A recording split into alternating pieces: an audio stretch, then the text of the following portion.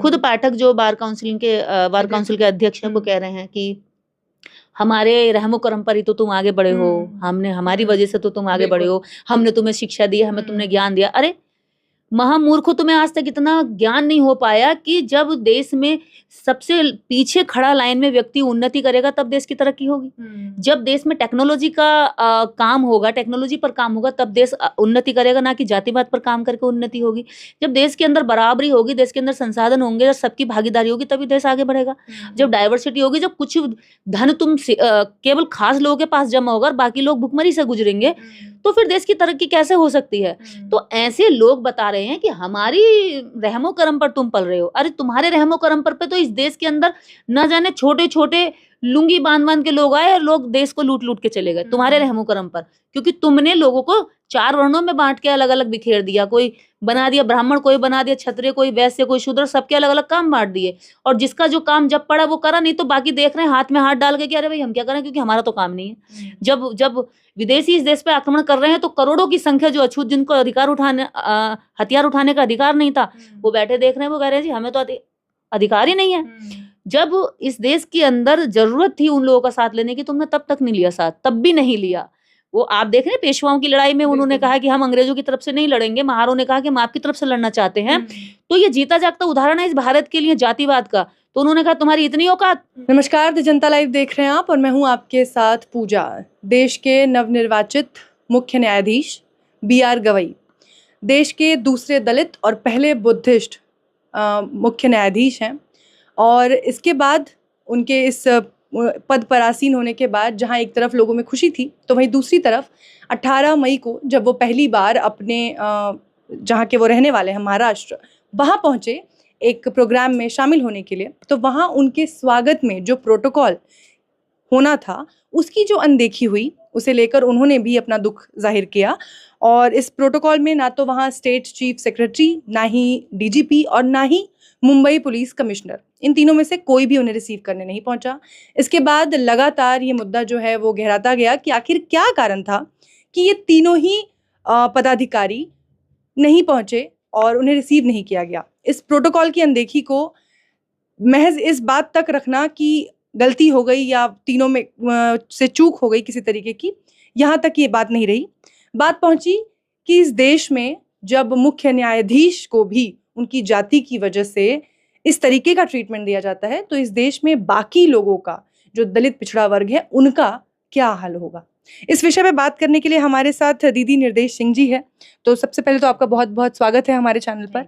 और जैसा कि मैंने जिक्र किया कि इस देश के मुख्य न्यायाधीश, सर्वोच्च पद पर आसीन एक व्यक्ति को भी जब उनकी जाति की वजह से इस तरीके का ट्रीटमेंट दिया जाता है, जहां एक नॉर्मल विधायक भी अगर एक जगह से दूसरी जगह जाए तो उनके पीछे काफिला चला जाता है और तमाम दूर दूर तक, कई किलोमीटर्स तक वहाँ पे ट्रैफिक को डाइवर्ट कर दिया जाता है, उनके लिए एक पैर पे पूरी की पूरी पुलिस व्यवस्था खड़ी हो जाती है। ऐसे में जब मुख्य न्यायाधीश, वो भी नवनिर्वाचित मुख्य न्यायाधीश, जब कहीं पहुँचते हैं तो उन्हें रिसीव करने के लिए तीनों ही बड़े पदाधिकारी में से एक भी वहाँ नहीं पहुँचता। कैसे देखती हैं इस पूरे मामले को आप? देखिए, ये बात तो उन्होंने खुद पब्लिकली मंच से बिल्कुल सबको बताई है। ये ऐसा नहीं है कि कोई बाय मिस्टेक हो गया।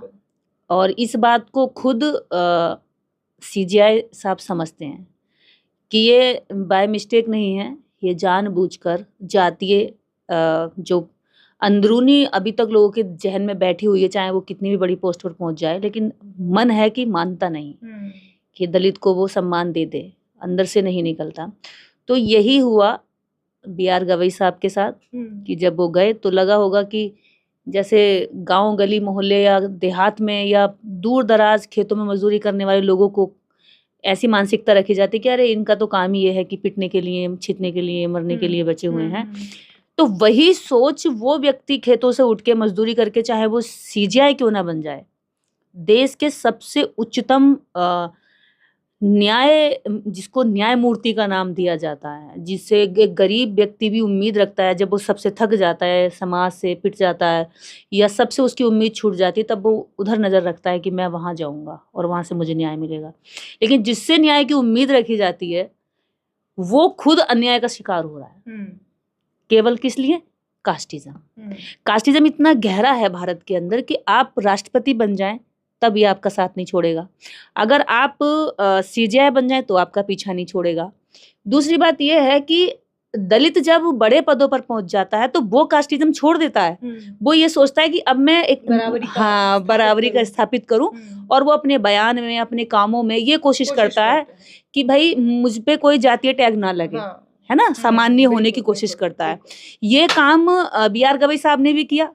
जब क्रीमी लेयर की बात आई तो क्रीमी लेयर पर बी.आर. गवई साहब ने कहा कि जब एक बच्चा आईएएस बन जाता है तो उसके बच्चे के पास अब कोई भी आर्थिक प्रॉब्लम नहीं होती है ना, उसके साथ कोई जातीय भेदभाव भी नहीं होता है, तो अब उसको क्रीमी लेयर में डाला जाए और उसको आरक्षण नहीं मिलना चाहिए। यानी उन्होंने उस पर सामान्य लोगों की तरह, सामान्य जनरल लोगों की तरह सोचकर अपना बयान दे दिया, जबकि वो किसी सड़क चलते किसी आम व्यक्ति का बयान नहीं कि वो उसको दर्ज नहीं किया जाएगा। उनका बयान पूरी न्यायपालिका पर प्रभाव डालता है, समाज पर प्रभाव डालता है। तो उन्होंने जो ये बयान दिया वो सामान्य होकर दिया। उन्हें लगा कि अब तो मैं बड़े पद पर हूँ तो मैं एक सामान्य होने की कोशिश करूं, और जातीयता छोड़ करके वो अपने सामान्य लोगों के साथ, क्योंकि दोस्ती सामान्यों के साथ हो जाती है, सीट सामान्य लोगों के साथ हो जाती है, तो सोच भी सामान्य करने की कोशिश की जाती है। अब जो ये उनका स्वागत हुआ है, आपको लगता है कि इस तरीके का जो पहला ही उनको स्वागत में एहसास दिला दिया गया, उसके बाद उनके आने वाले जो फैसले होंगे, या अब वो समाज को उस नजरिए से देख सकेंगे? देखिए, ये कोई पहली बार नहीं हुआ होगा उनके साथ, ठीक है। ये उनका दर्द था जो मन से बहुत जल्दी निकल आया, क्योंकि वो इतने बड़े पद पर होकर भी उन्हें प्रोटोकॉल नहीं मिली, तो वो दर्द था जो छलक गया मंच पर। ऐसा नहीं है कि वो यहाँ तक आए होंगे तो उन्होंने कभी कास्टिज्म नहीं देखा होगा। इस कम्युनिटी से आने वाले व्यक्तियों को कदम कदम पर देखना पड़ता है, चाहे डायरेक्ट या इनडायरेक्ट। ये इनडायरेक्ट हुआ है, पूरा पब्लिकली हुआ है, और वो उनसे रहा नहीं गया, उन्होंने बोल भी दिया। पर मुझे लगता है कि जिस तरह से उन्होंने अभी तक के उनके काम रहे हैं, उन्होंने वैसे कहा है मैं बौद्धिस्ट हूँ, मैं बाबा साहब अम्बेडकर का अनुयायी हूँ, उस तरह से उम्मीद की जा सकती है। विश्वास तो नहीं मुझे होता, क्योंकि जो जितने बड़े पोस्ट पर गया, बाबा साहब की उस लाइन को उन्होंने साबित किया कि बाबा साहब ने कहा कि मुझे जितने ज़्यादा शिक्षित लोग थे उन्होंने धोखा दे दिया। तो ऐसा ही आज उन्हें एहसास भी हो रहा होगा कि शायद मैंने क्रीमी लेयर पर जो जनरल होने का, उनके बराबरी करने का मैंने जो काम किया, वो मैंने अपने लोगों के साथ धोखा किया। और आगे उम्मीद करते हैं कि वो इस धोखे का जो सही समाज के लिए काम कर सकते हैं अपनी बड़ी पोस्ट पर, वो करने की कोशिश करेंगे। क्योंकि इस पोस्ट पर आने के लिए ना जाने कितने सारे उन्होंने जातिवाद का सामना किया होगा आज तक। ऐसा नहीं होगा कि उन्हें कदम कदम नहीं झेलना पड़ा होगा। इस देश में जब भी हम बात करते हैं कास्टिज्म की या जातिवाद की, तो हम कहते हैं कि नहीं, चीज़ें बेहतर हुई हैं। अभी फूले फिल्म चल रही है, उसको लेकर तमाम लोगों ने विरोध भी किया, उसके बाद फिल्म आई, जिन लोगों ने देखा उन्होंने तारीफ भी की। 150 साल हो गए उस बात को, आज भी लोग लड़ाई लड़ रहे हैं, और लोग कहते हैं नहीं, चीज़ें बेहतर हुई हैं, पहले कुछ और स्थितियाँ थी पर अब स्थितियाँ बेहतर हैं। पर जब इस तरीके की खबरें सामने आती हैं और ये चीज़ जाहिर होती है कि आपका पद आज भी चाहे कुछ भी हो जाए, चाहे आप डॉक्टर बी.आर. अम्बेडकर ही क्यों ना बन जाए, लेकिन आपकी जाति पर ही लोग आपको पहचानेंगे और आपकी जाति के स्तर के साथ ही आप पे व्यवहार होगा। देखिए, जो कहते हैं ना कि चीजें बदली हैं, सुधरी हैं, अच्छी हुई हैं, अब पहले जैसा नहीं रहा, ये वही लोग कहते हैं जो जिनके अंदर कास्टिज्म कूट कूट कर भरा होता है। क्योंकि वो ऊपर से एक लेप चढ़ा देना चाहते हैं अच्छाई वाला, अंदर चाहे सड़ांध मार रही है उसी सोच की, वो उस व्यक्ति के खुद के दिमाग में है, चल रहा है कि इससे जो बात कर रहा हूँ मैं, कितने लेवल तक मुझे करनी है, कितना इसके साथ व्यवहार रखना, कैसा खाना पीना रखना है, कितने रिश्ते डेवलप करने, कहाँ तक इसके साथ अपनी चीजें शेयर करनी है। तो उसके अंदर ये सब चीजें चल रही है। जो 200 साल 150 साल पहले था कास्टिज्म, वो ब्रेन में चल रहा है, लेकिन जुबान पर क्या है कि वो ये दिखाने की कोशिश करते हैं कि नहीं, अब हम प्रोग्रेसिव हो गए हैं यार, अब हम लोग सब सामान्य हो गए, ऐसा कुछ नहीं है, कास्टिज्म नहीं है। आप देखेंगे जब बात आती है व्यक्तिगत रूप से, कोई व्यक्ति सामान्य जनरल किसी भी ऐसी कम्युनिटी या ओबीसी के साथ में व्यवहारिक रूप से पर्सनली तौर पर अच्छा व्यवहार कर सकता है। बहुत सारे ऐसे मैंने जनरल के लोग देखे अच्छा व्यवहार करते हैं, मेरे भी कई दोस्त हैं जो बहुत अच्छा व्यवहार देते हैं। लेकिन जैसी डाइवर्सिटी की बात आती है, जैसे राइट्स की बात आती है, समानता की बात आती है, पूरी कम्युनिटी को बराबर उठाने की बात आती है, या अधिकारों को सब में बराबर बराबर बांटने की बात आती है, तब वो अगेंस्ट हो जाते हैं। एक सवाल ये भी बनता है कि एक तरफ जहाँ समाज खुश हो जाता है कि हमारे दलित जो हैं वो देश के मुख्य न्यायाधीश बन गए, हमारी आदिवासी महिला राष्ट्रपति बन गई, इस तरह के जो पद दे दिए जाते हैं, इसमें ही लोग खुश होते रहते हैं। लेकिन जब उनके साथ भी, चाहे राष्ट्रपति को जब संसद निर्माण हुआ तो उनको वहाँ पूजन में नहीं बुलाना, या फिर जिस तरीके से अभी BR गवई साहब के साथ हुआ, इस तरीके की व्यवस्था में जब उन लोगों को भी ढाला जाता है तब ये लोग चुप क्यों हो जाते हैं, तब समाज इस पर बात क्यों नहीं करता? पता है ये बिल्कुल वैसे ही है जैसे हमारा भारत जब हम इकोनॉमिक्स में देखते हैं तो 6-7वें नंबर पर आता है, लेकिन जब हम पर्सनल पीपल की जब इनकम देखते हैं तो 136वें नंबर पर आता है।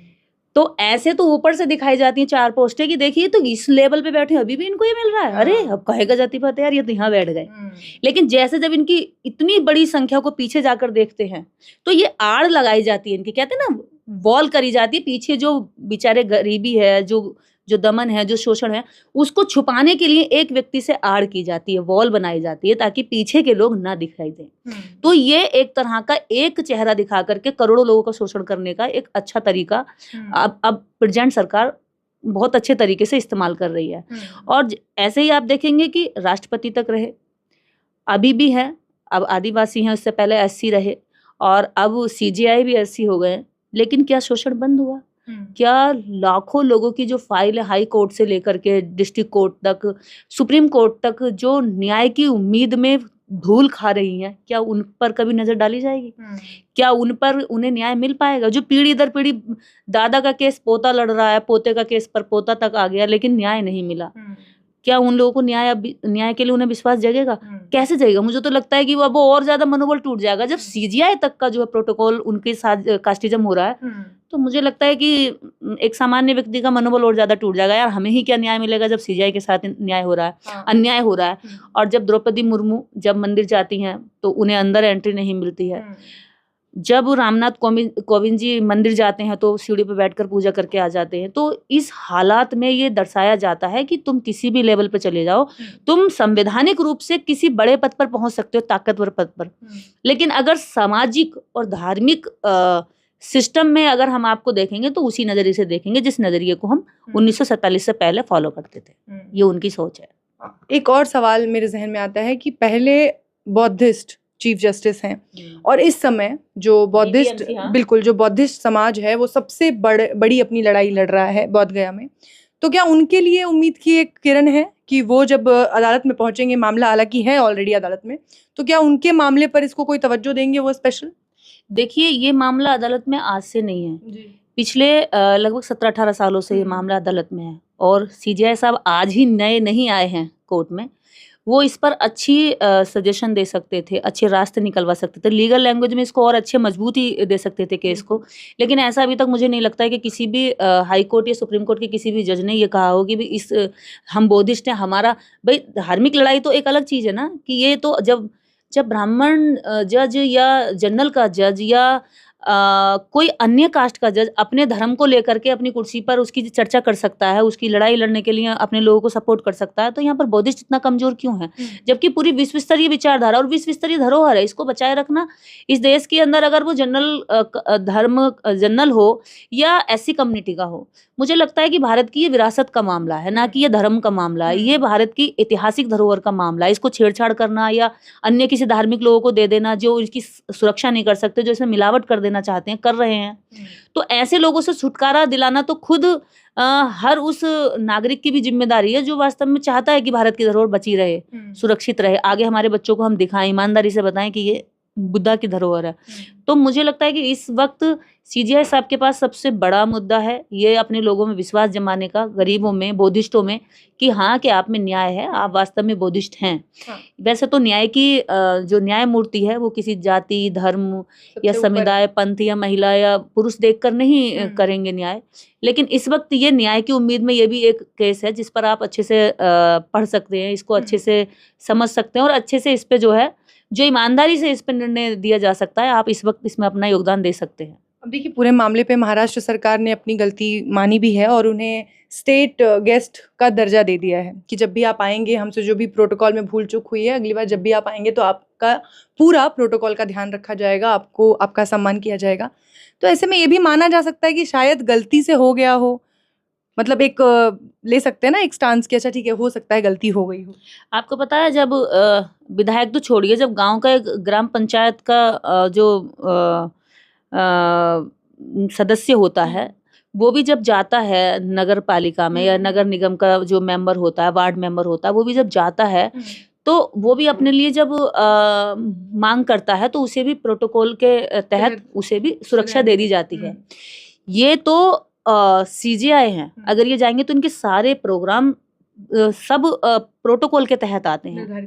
पहले से ही वहां सूचना चली जाती है कि आपको सुरक्षा के इंतजाम करने हैं, आपको स्वागत के इंतजाम करने हैं।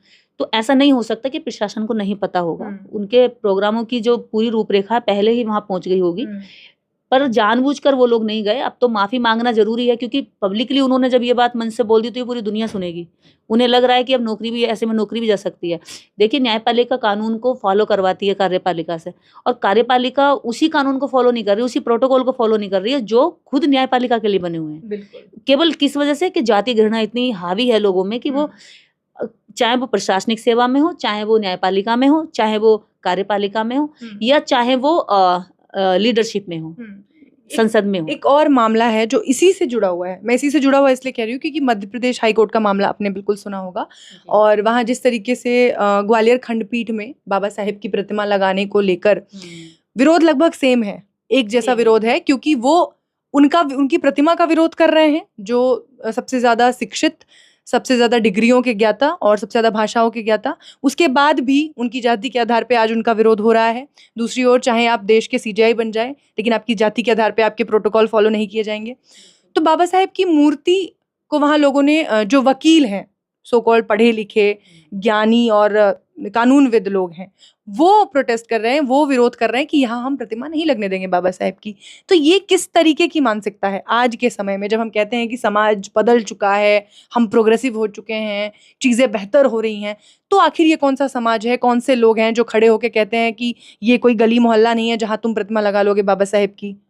ये वही 200 साल पुरानी सड़ी गली सोच है जिसने डॉक्टर अंबेडकर को पढ़ने से रोका, बोर्ड पर नहीं छूने दिया, उसकी किताब नहीं छुई, जिसने डॉक्टर अंबेडकर को संसद में घुसने से रोका, जिसने डॉक्टर अंबेडकर को मजबूरी में संविधान सभा का और संविधान समिति का अध्यक्ष बनाया, मजबूरी में, क्योंकि खुद के पास इतना ज्ञान नहीं था, खुद के पास कोई ऐसा व्यक्ति नहीं था कि संविधान लिख के दे सके और अंग्रेजों से छुटकारा पा सके। तो वो सड़ी गली सोच के लोग ही आज बाबा साहब डॉक्टर अम्बेडकर की प्रतिमा का विरोध कर रहे हैं। ये वो लोग हैं जिन्होंने आज तक देश के अंदर एक आविष्कार नहीं किया, ये वो लोग हैं जिन्होंने आज तक मानवता के हित में कोई काम नहीं किया, ये वो लोग हैं जिन्होंने इंसान के जीवन को सरल बनाने के लिए कोई एक भी काम ऐसा महान नहीं किया, जो बराबरी के लिए जिन्होंने आज तक कोई काम नहीं किया, देश की उन्नति के लिए जिनका कोई योगदान नहीं है। ये वो घटिया सोच के लोग हैं जिन्होंने देश की अवनति में काम किया, देश को गिराने में काम किया, देश को जातिवाद में डाला, देश की स्त्रियों को सती करने के नए नए आविष्कार किए, और भ्रूण हत्याएं इन्होंने आविष्कार किए।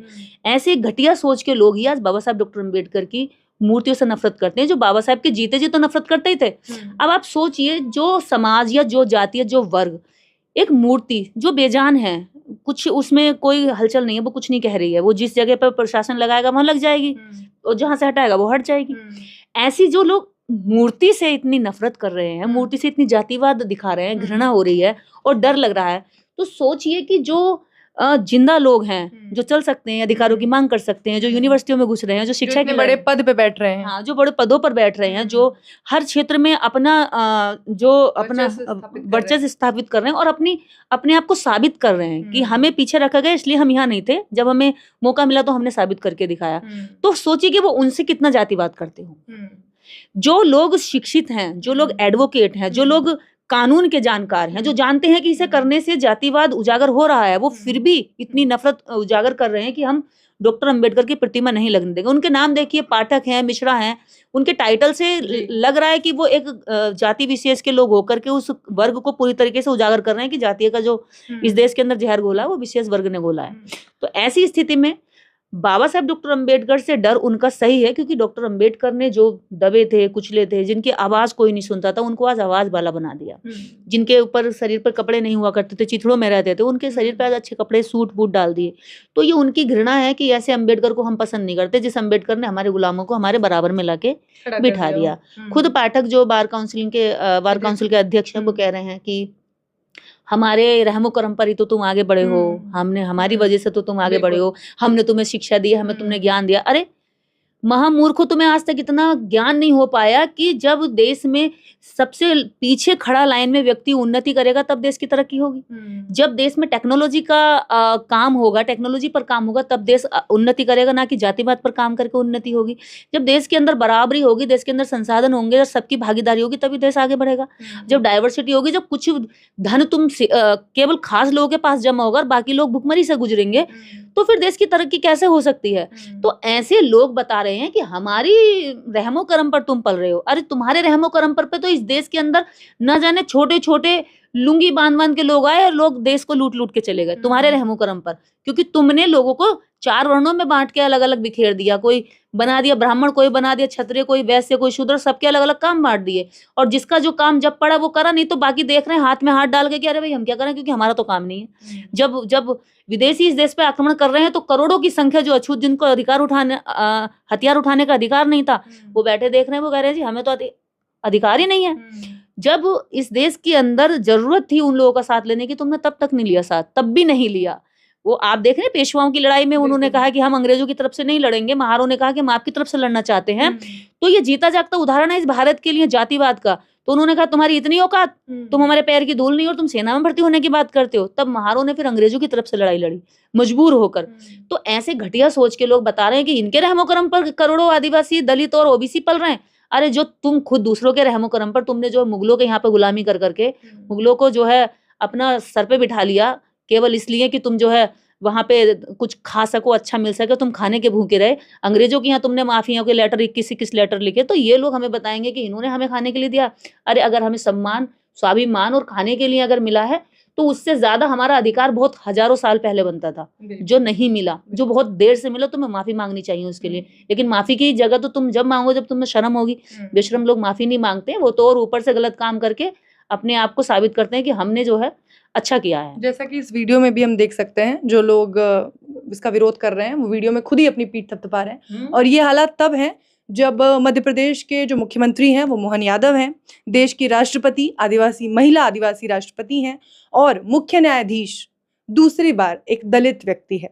और उसके बाद हम इस विषय पर चर्चा कर रहे हैं और यहाँ बैठ के हम इस देश में जातिवाद की वर्तमान स्थिति को आपके सामने रख रहे हैं। इसी बात से आप अंदाजा लगा सकते हैं कि इस देश में आज भी जातिवाद के पड़ाव पे हम कहाँ खड़े हैं, क्या पायदान है हमारा, और जो लोगों की मानसिकता है उसका स्तर क्या है। जो वीडियोस लगातार हम आप तक पहुंचाने की कोशिश करते हैं, और उन वीडियोस को आप तक पहुंचाने का हमारा मकसद सिर्फ इतना होता है कि जो इस देश की वास्तविकता है, जो 150 साल पहले इस देश में देश के महापुरुषों ने, बहुजन महापुरुषों ने कोशिश की इस देश में बराबरी स्थापित करने की, वो आज तक नहीं हो पाई है। और ये कोशिश लगातार हम जारी रखेंगे। इसी के साथ देखते रहिए द जनता लाइव। धन्यवाद।